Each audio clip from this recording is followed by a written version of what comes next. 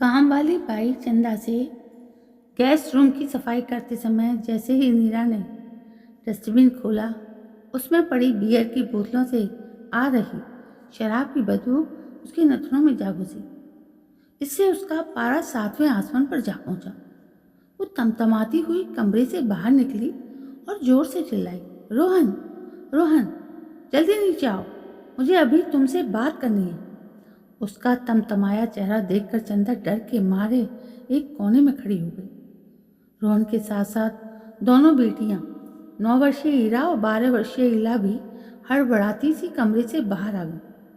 ये बियर की बोतलें घर में कहाँ से आई रोहन? नीरा ने क्रोध से पूछा। आशीष लाया था, पर तुम इतने गुस्से में क्यों हो? आखिर हुआ क्या? हमेशा शांत और खुश रहने वाली नीरा को इतना आक्रोशित देखकर रोहन ने हैरान होते हुए पूछा कि बियर की बोतलें मेरे घर में क्यों आईं और किसने ड्रिंक की? नीरा ने फिर गुस्से से चीखते हुए पूछा, अरे कल तुम मम्मी के यहाँ गई थी ना, तब मेरे कुछ दोस्त यहाँ आ गए थे। उनमें से एक का जन्मदिन था तो खा पी कर चले गए, पर इसमें इतना आसमान सिर पर उठाने की क्या बात है? रोहन ने तनिक झुंझलाते हुए कहा। रोहन, तुम्हें पता है कि मुझे ये सब बिल्कुल भी पसंद नहीं है, और मेरे ही घर में मेरा ही पति। नीरा चीखती हुई बोली और जोर जोर से रोने लगी। नीरा का रौद्र रूप देखकर सभी हैरान थे। थोड़ी देर बाद ईरा और इला चुपचाप तैयार होकर अपने स्कूल चली गई। नाश्ता करके रोहन ऑफिस जाने से पहले नीरा से बोला, चंदा के जाने के बाद तुम थोड़ा आराम कर लेना, तुम्हारी तबीयत कुछ ठीक नहीं लग रही। नीरा बिना कोई उत्तर दिए शांत बैठी रही। चंदा के जाने के साथ ही घर का काम भी खत्म हो गया। डाइनिंग टेबल पर खाना लगाकर नीरा आंखें बंद करके लेटी थी कि बड़ी बेटी ईला स्कूल से आ गई। दरवाजा खोलकर वो फिर बिस्तर पर जा लेटी। ईला अपना खाना लेकर माँ के पास ही आकर बैठ गई। नीरा का मूड कुछ ठीक लग देखकर वो धीरे से बोली, माँ, सुबह आपको इतना गुस्सा क्यों आ गया था? इतना गुस्सा होते मैंने आपको पहले कभी नहीं देखा। तो इससे पहले तुम्हारे पापा ने भी तो ऐसा काम नहीं किया था। नीरा दुखी होते हुए बोली, मम्मा, पापा तो कभी नहीं पीते, हो सकता है कोई और लेकर आ गया हो। आजकल तो ये फैशन माना जाता है माँ। फैशन को स्थायी आदत बनते देर नहीं लगती बेटा। अब तू जा और अपनी पढ़ाई कर, तेरी इन सब में पढ़ने की उम्र नहीं है। नीरा ने इला को टालने की गरज से कहा, माँ आप भी ना। ईला ने तुनक कर कहा और अपने रूम में चली गई। नीरा सोचने लगी, ईला को तो उसने समझा दिया, वो बहल भी गई, पर अपने मन के उस कोने को वो कहाँ ले जाए जहाँ सिर्फ दुख ही दुख था। वो अपने बचपन में बहुत कुछ देख चुकी थी। उसके पापा रेलवे में थे और कभी कभार पीना उनके शौक में शामिल था। वे जब भी पीकर आते, मम्मी पापा दोनों में जमकर लड़ाई होती। 7 साल की बच्ची नीरा डर कर एक कोने में खड़ी होकर दोनों को झगड़ते देखती और फिर सो जाती। अगली सुबह माँ पापा को प्यार से बातें करते देखती तो फिर खुश हो जाती। धीरे धीरे नीरा को समझ में आने लगा था कि माँ को पापा का शराब पीना बिल्कुल भी पसंद नहीं था। पापा माँ से कभी ना पीने का प्रॉमिस करते और कुछ दिनों बाद फिर पीकर आ जाते और माँ गुस्से से पागल हो जाती। उस समय वो 10 साल की थी। जब मामा की शादी में वे लोग आगरा गए थे, पापा उस दिन कुछ ज़्यादा ही पीकर आ गए थे, इतनी कि उनसे ठीक से खड़ा भी नहीं हुआ जा रहा था। नाना के घर में ये सब मना था। मामा और नाना की आंखों में क्रोध के अंगारे निकल रहे थे। माँ एक कोने में खड़ी आंसू बहा रही। आज तक उन्होंने मायके में किसी को पापा के शराब पीने के बारे में नहीं बताया था, पर आज पापा ने उन्हें सबके सामने बेइज्जत कर दिया था। मामा किसी तरह उन्हें बेड पर लेटाकर आ गए थे। तब से उसके मन में भी शराब के प्रति नफरत भर गई थी। अचानक लीला की आवाज़ से वो पुरानी बातों से बाहर निकली, माँ पापा आ गए हैं, चाय बना दी है, आप भी आकर पी लीजिए। वो उठकर डाइनिंग टेबल पर आकर बैठ गई। और खामोशी से चाय पीने लगी। कैसी तबीयत है अब नीरा? रोहन ने प्यार से पूछा। मेरी तबीयत को क्या हुआ है? नीरा तुनक कर बोली। वो सुबह तुम। रोहन कुछ बोलता उससे पहले ही नीरा ने रोहन का हाथ अपने हाथ में लिया और बोली, रोहन प्लीज़ दोबारा ऐसा मत करना।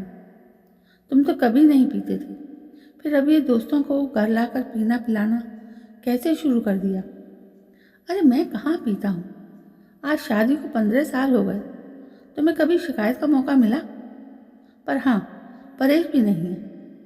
कल कॉलेज में कभी कभार पी लेता था। तुम्हें तो पता ही है कि पिछले महीने मेरा कॉलेज का दोस्त आशीष तबादला होकर यहीं आ गया है। उसे लगा कि मैं अभी भी सो वही लेकर आ गया। कुछ और मित्र भी थे, उसके साथ तुम थी नहीं, वहीं खा पी कर चले गए। झूठ नहीं कहूँगा, उनके साथ मैंने भी थोड़ी सी ली थी, पर मुझे नहीं लगता कि वो इतनी बड़ी बात है जिसके लिए तुम इतनी ज़्यादा परेशान हो। रोहन ने प्यार से नीरा को समझाने की कोशिश करते हुए ये कहा तो नीरा की आंखों से झरझर आंसू बहने लगे।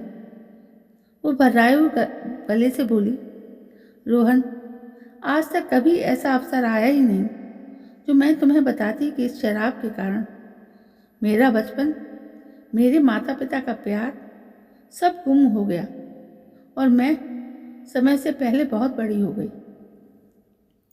क्या मतलब, पापा जी? रोहन हैरानी से बोला। हाँ रोहन, पापा ड्रिंक करते थे, पर कभी कभार। माँ ने अपने घर में कभी ऐसा कुछ नहीं देखा था, पर फिर भी शुरू में उन्होंने अनदेखा किया और पापा से शराब छोड़ने के लिए कहा। पहले जब भी पापा पीकर आते थे तो चुपचाप आकर सो जाते थे।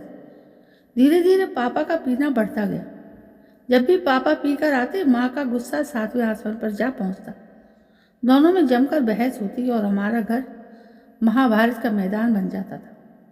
कहती हूँ नीरा एक बार फिर अतीत में पहुँच गई। तुम्हें पता है रोहन, जब मैं 12वीं फाइनल परीक्षा दे रही थी तो एक दिन पापा पीकर घर आ गए।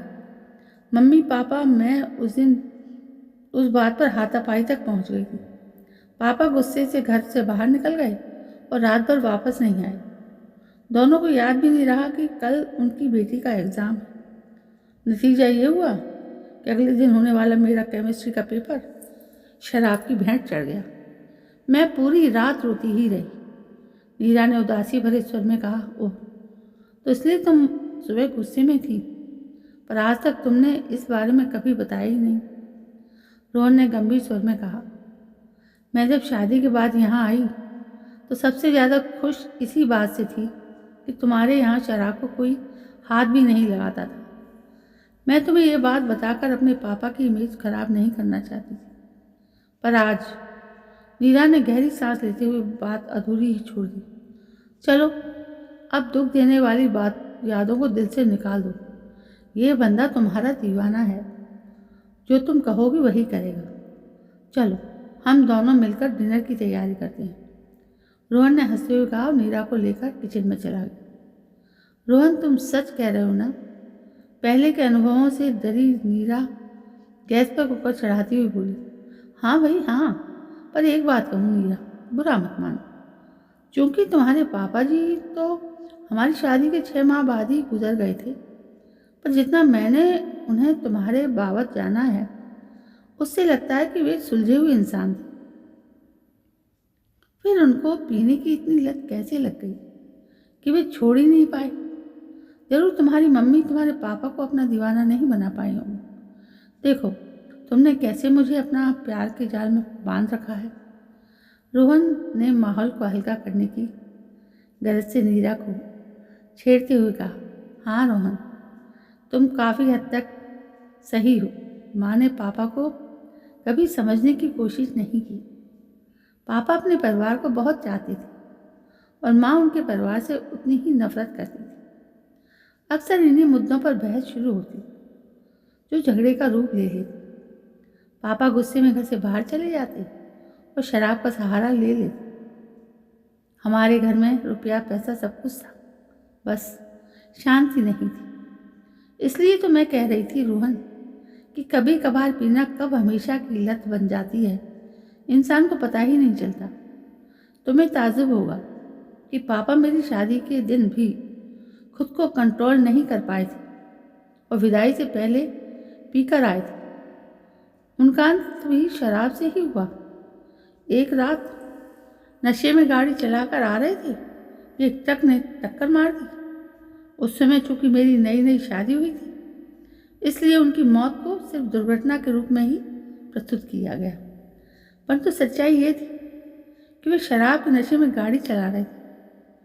बोलते बोलते नीरा सिसकने लगी।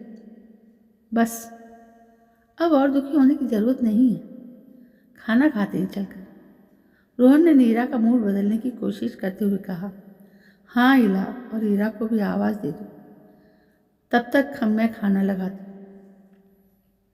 नीरा ने आंसू पोंछते हुए कहा और टेबल पर खाना लगाने लगी। अरे वाह, आलू के पराठे!